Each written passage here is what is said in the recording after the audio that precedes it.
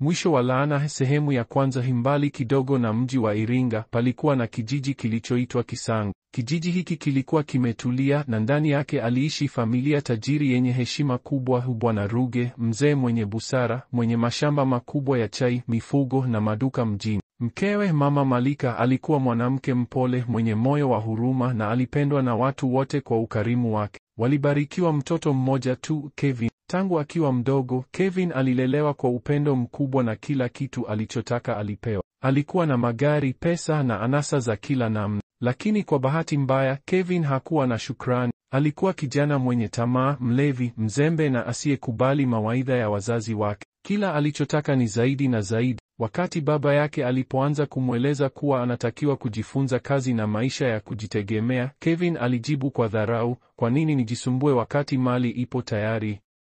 Nitakuwa bosi tu." Mama yake alipolia na kumwambia, "Mwanangu, mali haidumu bila nidhamu. Sikiliza mawaidha, kwani mali isiyo na baraka hugeuka laana." Lakini Kevin alimpuuza na kuendelea na starehe zake. Usiku mmoja wazazi wake waliitisha kikao cha familia. Walitaka kumweka sawa. Bwana Ruge alisema kwa sauti nzito lakini yenye upendo, "Kevin, hatutakupa mali hii yote kama zawadi ya uvivu. Tunataka ujue thamani ya jasho. Tutaanza kupunguza pesa zako na kukuweka chini ya usimamizi." Maneno hayo yalikuwa kama sumu moyoni mwa Kevin. Hasira, chuki na tamaa zilianza kuchemka ndani yake. Aliona wazazi wake kama kikwazo cha ndoto zake za kuwa tajiri mkubwa kwa haraka. Usiku huo akiwa peke yake chumbani, macho yake yaliwaka kwa hasira na moyo wake ukajaa sumu. Alijiapiza, nitakuwa tajiri, iwe kwa njia gani, hata kama itakuwa kwa gharama ya damu. Na hapo giza likaanza kutanda polepole, si tu nje ya nyumba hiyo, bali pia ndani ya moyo wa Kevin.